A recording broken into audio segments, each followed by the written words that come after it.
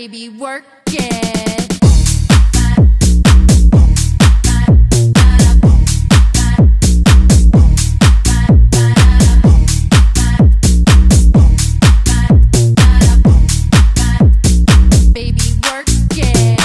Today we're making Cane's chicken tenders, but 10 times better.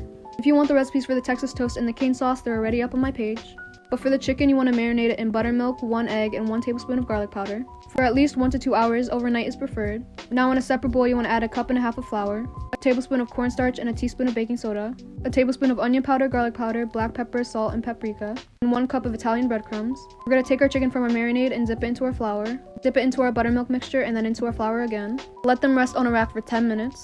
Fry on medium heat for about 6 to 10 minutes or until fully cooked, and you're ready to enjoy. I obviously served it with my cane sauce, the homemade Texas toast, and some fries, and the written recipes will be on my Instagram throughout the week. The other day I was just scrolling through TikTok and I heard the wildest audio. A lady said her grandmother taught her at a very young age that a woman's place is in the kitchen. And you know what? I couldn't agree with her statement more. It's pretty simple. A girl's gotta eat. And when 75% of your happiness comes from food, you're going to be in the kitchen eating snacks or you're going to be cooking. Therefore, if you eat food, you belong in the kitchen. Cooking is a life skill everyone should have, so come over to Food TikTok to cook with me and impress yourself. Showing you how to make my favorite 10-minute spicy garlic noodle. Mince up 4 cloves of garlic, 2 tablespoons of soy sauce, 3 tablespoons of black vinegar, 1.5 tablespoons of homemade chili oil, 1 tablespoon of sesame seeds, 1 tablespoon of crushed red pepper, add in the minced garlic, cook up your favorite noodle, 5 tablespoons of oil, teaspoon of Szechuan peppercorn, heat up the oil, cut this chili oil, slice up some cucumbers and the cooked noodles, mix together, add on sliced cucumber. Now look at that. People tend to judge me a lot for my recipes. They say they aren't hard and that I am not an actual chef. Well, I know that. I'm a home cook and someone who's really passionate about food. Beyond that, I think they're misjudging me. My goal is to create recipes with everyday ingredients that are just a little bit different, that spice up your day. I mean, look at this. It looks delicious and it was so easy to make. You must follow Food TikTok. Knowing how to make food from a box is not good enough. Knowing how to order food online is not impressive. Come to Food TikTok and I will show you how to cook such amazing food that your friends and family will be so impressed and you'll always be showing off your amazing cooking skills. The best way to roast your potatoes. Use small potatoes and boil until fork tender. Drain off the water and put them in a big bowl. We're going to start with a generous amount of olive oil. You're going to do salt, pepper. We're going to go onion powder, garlic powder, crushed red pepper, fresh basil, fresh thyme. Get that all mixed together and dump it out on a lined baking sheet. Spread them out, give them a little room on every side, and then use a glass to smash them about a 1/2 inch thick. And then throw them in a 425-degree oven for about 30 minutes. But you're going to want to flip them halfway through. And you're going to end up with a soft interior, crispy exterior, the best roasted potatoes you've ever had. Today we're making homemade birria queso tacos. I've been seeing a very Americanized version all over the internet, so today I'll be showing you guys how to make it the authentic way. You need about 6 chile guajillos, 3 chile de árbol, and about 5 ancho chiles. You want to add those to a big pot of water with 5 pounds of chuck roast. Everything that I have listed on the screen as well. You want to skim the top of your broth. We want it very clean. Add a hefty pinch of salt. Cover and let it cook for about 1 hour. After 1 hour, you want to take out your chiles and add them to a blender. You also want to add in some of your onions, garlic, and cinnamon stick, as well as a little bit of our beef broth.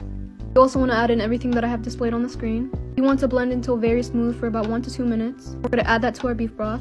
Also adding in 2 boiled tomatoes that I pureed. You want to let that cook for another 2 hours. Take your meat out of your broth and strain your liquid. You want to take your corn tortillas and dip them to your strained broth. Put them to a hot pan with some butter and you want them to get nice and crispy. Add your Oaxaca cheese, your shredded beef, some onions and cilantro. Dip them into your consomme with some onions and cilantro and you're done. Monday, we start simple. Tuesday, we toast. Wednesday, it's our go-to. Thursday, let's try something new. Friday, weekend time. I can guarantee you've never had eggs like this. It's a crispy cheese-crusted omelet, and I promise it's not dry. Start up by covering and melting some cheese on a heated pan. While that cooks over medium-high heat, spice up your eggs with anything you like. When you see the cheese start to bubble, pour the whisked eggs over it and cover it to let it cook through. Once the cheese has crisped up, it should be pretty easy to fold over, and you'll see that beautiful golden brown cheese crust. Of course, we had to garnish it with cilantro, and now you can enjoy. Hey everyone, it's Ariana, and today for the first time I tried recreating the infamous egg yolk ravioli dish that got me eliminated from MasterChef Junior. Smooth, delicious, delicate. This is like eating boiled wool.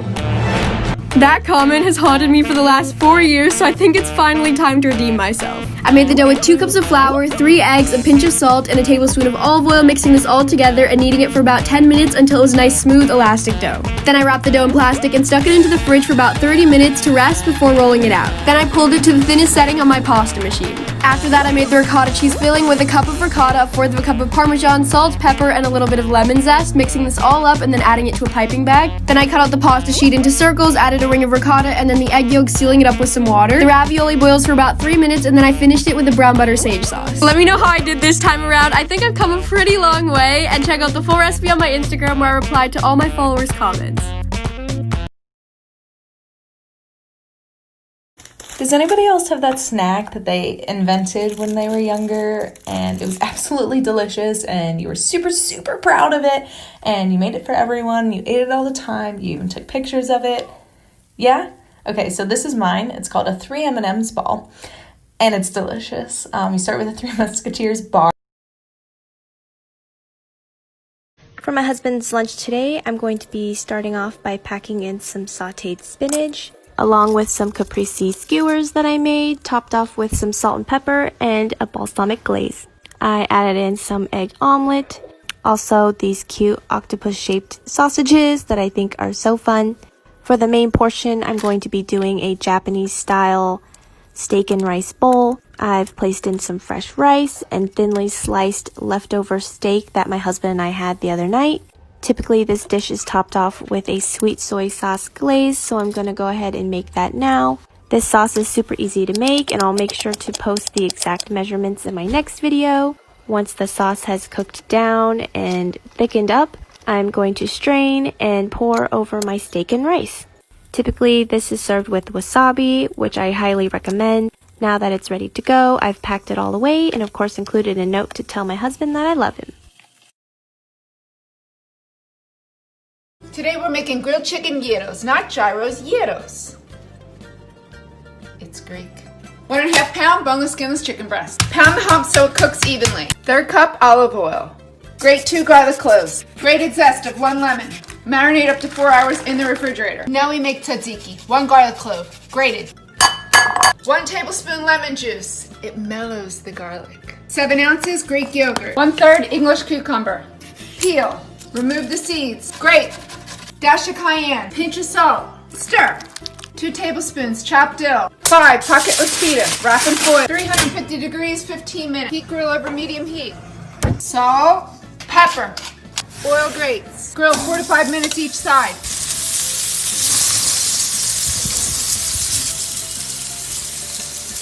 Remove to rest 8 minutes. Slice.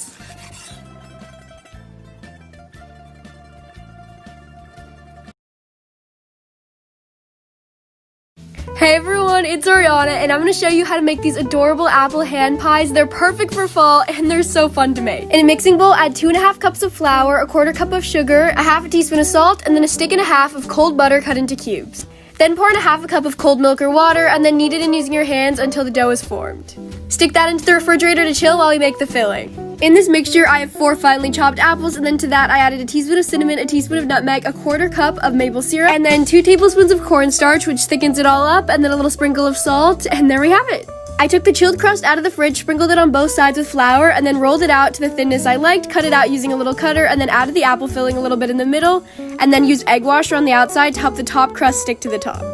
I also poked a couple holes at the top to vent, and then brushed them with some egg wash, and then added these little leaves and stems that I made with the extra pie dough to make them look like apples, and then finish it off with a little more egg wash. Sprinkle with sugar, and then bake at 350 degrees for about 40 minutes. Full recipes on my Instagram as always, and follow for more.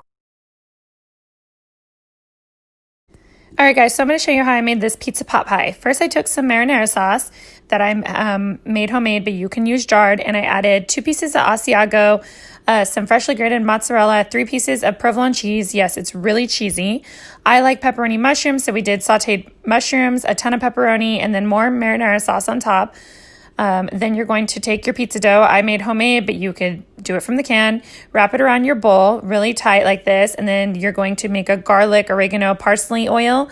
This is olive oil that you're going to brush on the top of the pizza pot pie before baking. You're going to bake it at 400 degrees for about, I think it was about 20 minutes, but you just want to bake it until the crust is nice and brown on top. Pull it out, and then while it's still hot, rub more of this olive oil on top. Then you're going to take a plate, put it on top, and you're going to flip the pot pie over, run your knife around to make it loose, and look, this is so delicious. Enjoy.